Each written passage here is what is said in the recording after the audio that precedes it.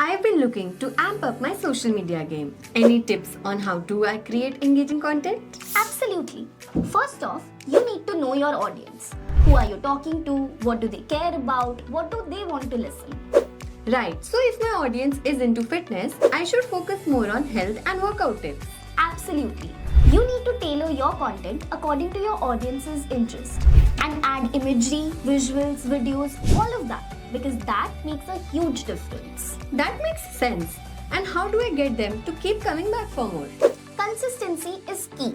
You need to mix your content types, do tips and tricks, behind the scenes, UGC content, all of it to keep your content fresh and make your audience come back for more. And how do I get them to interact with my posts? Engage with them.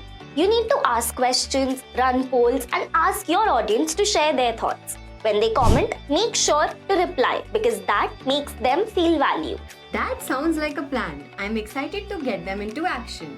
Absolutely. Remember, creating a connection is what matters the most. And if you are somebody who wants to learn more about social media, then check out the link in our bio.